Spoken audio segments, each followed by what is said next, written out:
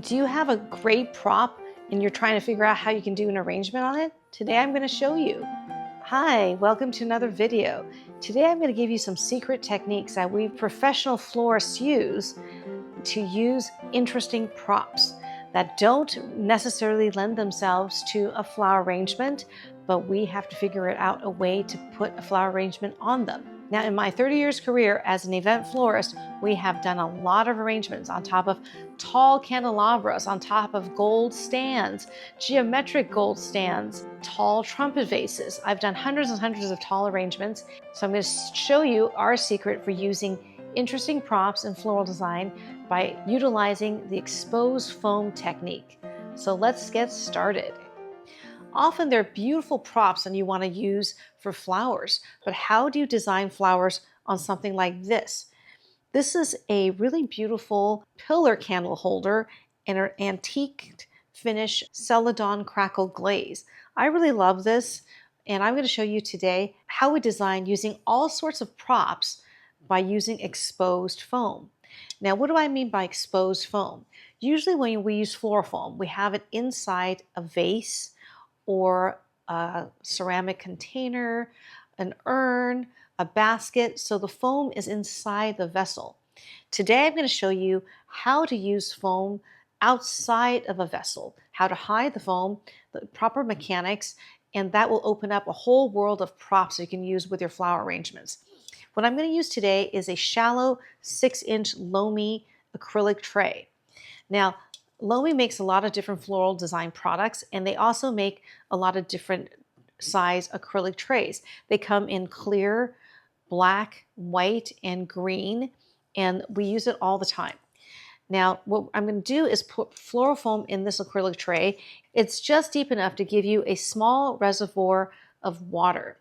And I have glue dashes on the bottom so that it will stick to the top of my pillar candle holder. And it's very secure, so you can't really even budge it if you wanted to. And then I'm going to put a piece of foam in here. And this is a third piece of Oasis floral foam. And when you have it exposed foam, you really have to tape it down because it can move around and you don't have a container to hold it in place. So I'm going to use bowl tape. Bowl tape is a thin, waterproof tape that's pretty heavy duty. It's almost like duct tape, but in a much thinner width. And they usually come in green or clear. I find the clear ones don't adhere to your containers as well as the green, so I usually do the green bowl tape because we're going to have to hide all our mechanics anyway. Now, once you learn how to use exposed foam in like a shallow container, like a shallow tray, you can start using this on candelabras, various stands, all sorts of uses. So I think it's really nice for you to learn how to use these shallow trays on top of a vessel or a prop. Now, this is how we do candelabra arrangements. This is also how we do like tall arrangements. When we do weddings, sometimes we're doing 20, tall arrangements, and we're not arranging in the trumpet vases. The vases are like 2 feet tall and the arrangements are overhead. I have videos where I show you how to do that. And that's something we often do with tall centerpieces. First of all, it doesn't look nice to have stems inside a trumpet vase because if you imagine that vase in the middle of the table, you want to be able to see through it. But often for our events, we want the drama of a tall arrangement. So what we do is do the arrangement in a tray like this, a larger diameter tray that will sit on top of a trumpet vase. You can see this video on how to do tall trumpet vase arrangements.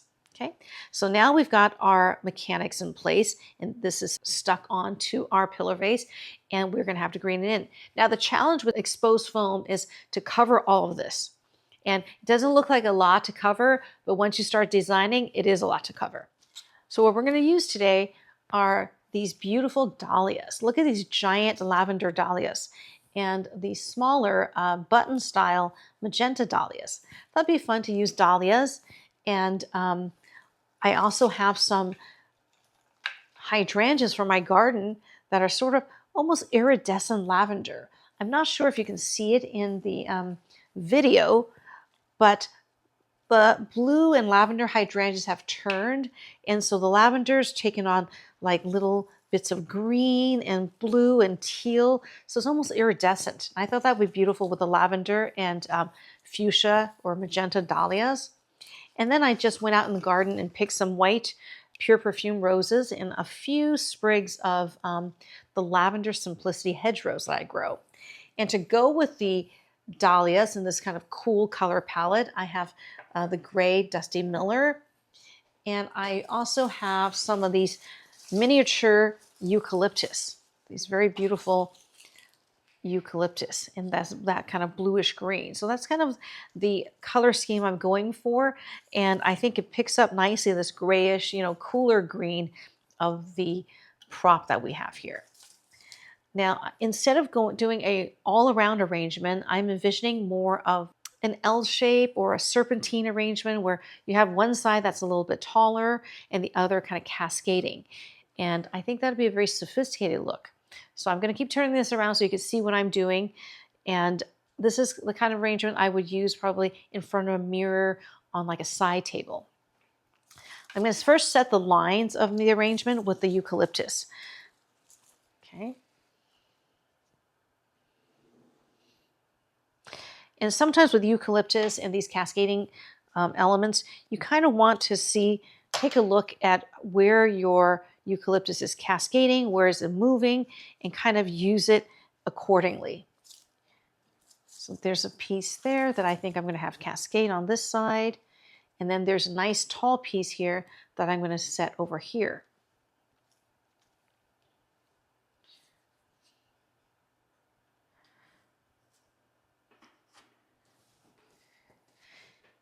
And they're somewhat directional, so you kind of want to use it however it wants to fall, right? Don't want to fight the way the material kind of wants to go. Okay.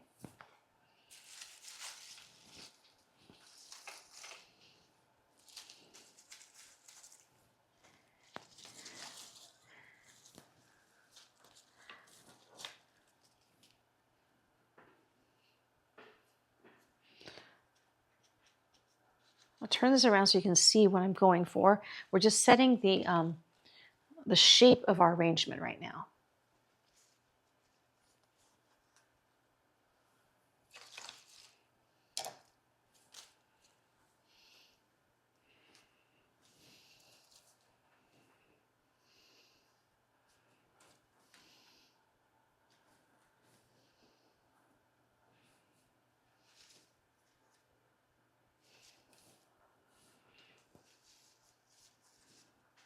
There's one last piece. I can't decide if I would put it on this side or that side. There we go. Put it on this side here. And there's one little weird piece here. I'm going to just cut off. Okay. I'm going to turn this around so you can see the shape we are going for. So this is the shape we're going for. You have the main line over here on this side, and then to balance that, you have a cascading element on this side. So it doesn't have to be symmetrical, but the arrangement has to look balanced. And it's going to be asymmetrical arrangement just because I think it's a more sophisticated, interesting shape. Okay, so I'm going to turn around and sort of green in the rest of the foam. I'm going to use some of this Dusty Miller because it's going to cover the foam really nicely. And I love the silvery color to set off these cool lavender and magenta colors.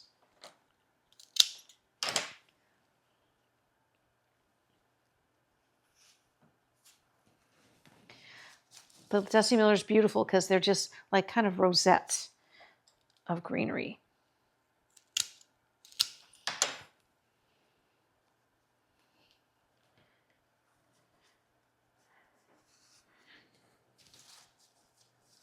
And they last really long. That Dusty Miller lasts over 2 weeks, cut Dusty Miller. So if you harvest it from the garden when it's nice and cool, I grow Dusty Miller. I would highly recommend you grow some too because they're super easy to grow, tolerant of most climates, and pretty heat tolerant too, which is a main thing for us here. So I'll show you what the Dusty Miller is going to look like. Then we're going to put some in the back here to balance this arrangement out.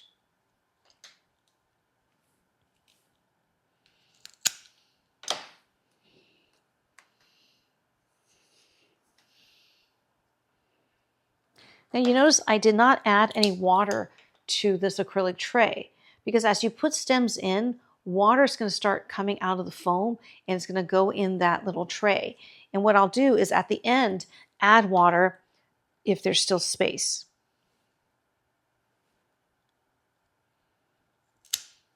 Otherwise, it'll slosh out.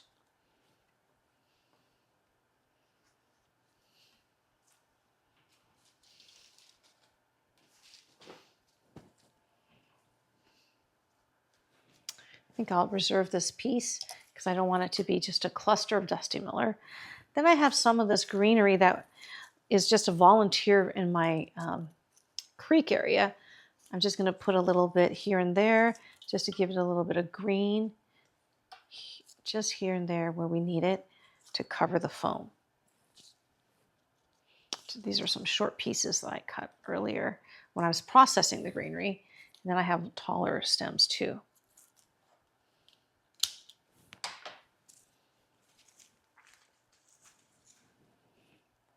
I'm going to use a few taller pieces of this greenery just to emphasize the lines I've set with the eucalyptus, because I feel like that's not quite a heavy enough line because we've got a lot of heavy floral materials to go in there.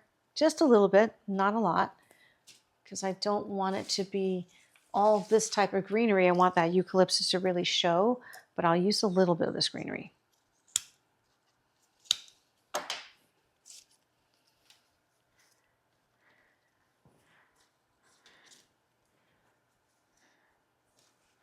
So this is what I have right now. You see how some of that greenery just kind of peeks through? And I think that's enough. I'm going to stop with the greening in because we have a lot of flowers to add still. Now I'm going to start with the roses. They're like beautiful big stems of these pure perfume roses I cut from the garden today. And look how beautiful this is. I love to keep the natural, kind of spray of roses when I can, because it just gives you that very beautiful garden style that I love. And I'm adding my tallest rose spray here to emphasize the line I created with the eucalyptus. Then I'm going to add some more of these roses in. I love my pure perfume roses. They are just the most prolific, non-stop growing roses I have this year. And for a white rose, it really, really lasts and holds its color beautifully. Oh, see, we don't have a large mechanic to work with. So when I added that rose in, the Dusty Miller kind of was in the way. So I'm going to just recut this and put it here. So when you're doing this exposed foam arrangements, your floral foam is really providing all the water for your arrangement. You don't have a vase or a container that you can put water in. So you really need that foam. And that's the beauty of floral foam. It will provide the water for you. Okay. Add some white roses. Then we're going to use some of these beautiful hydrangeas. The hydrangeas will be your friend and hide all sorts of things. Okay, so there's a couple of really beautiful, almost iridescent hydrangeas. Really hope the colors, the subtle colors really show through because they are really, really gorgeous. Kind of teal with lavender and blue all mixed in. So I'm going to cut this hydrangea really short and set it low in the foam. And that'll hide a lot of your floral foam. And I'm going to do that on the back here with this kind of teal colored one. Even though you're probably not going to see it, you still want the back of your arrangements to look finished. And then I'm going to start with the dahlias. Look at these incredibly big, beautiful dahlias. Do a lot of you grow dahlias? I have never grown dahlias. I think it's too hot and dry here in Northern California for dahlias. I don't know.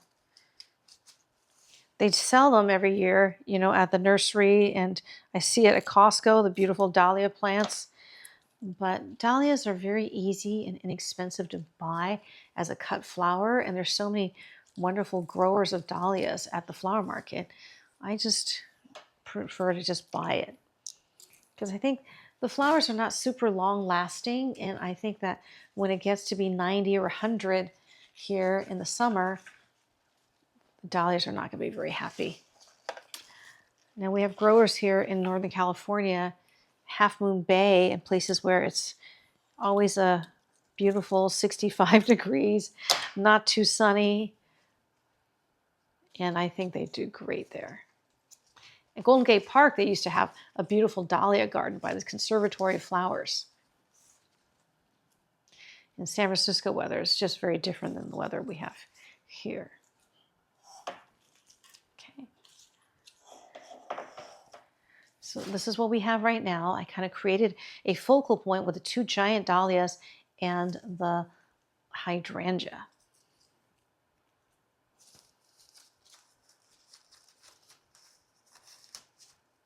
Okay. Now I'm going to add some of this magenta dahlias in.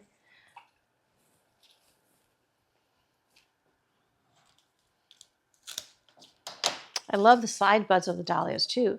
They function almost as a secondary flower or a filler flower. Gives you some texture and interest.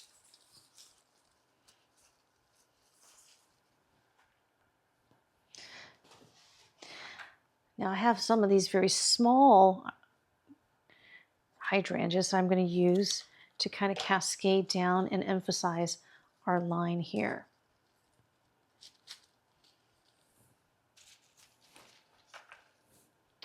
The hydrangeas are almost over. I mean, a lot of them were decimated when it was so hot here for 3 weeks. And now what is left has changed color. Just always that late summer hydrangea. Kind of pretty. I'm going to change the hydrangea to a lavender one because I think the 3 points of lavender hydrangeas are really going to emphasize our serpentine line.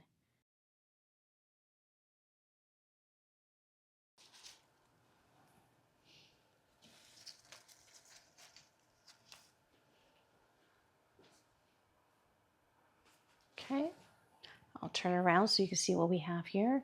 I think we're almost done with this arrangement. See how one-sided arrangements can look very spectacular without a lot of flowers. We've only used like 5 dahlias in here and 1 stem of roses and a few stems of small hydrangeas. I'm going to turn around and see if we can add some more roses here to the left side. I like these little pops of white also.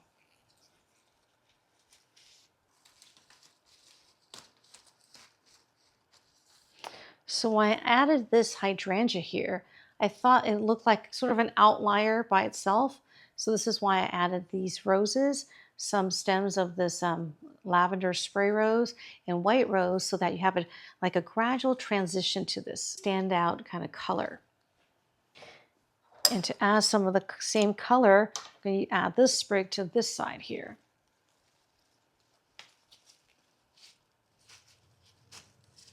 I'm going to go ahead and add a magenta dahlia over here. I want to make sure I add it at the right angle though to continue our sort of horizontal lines.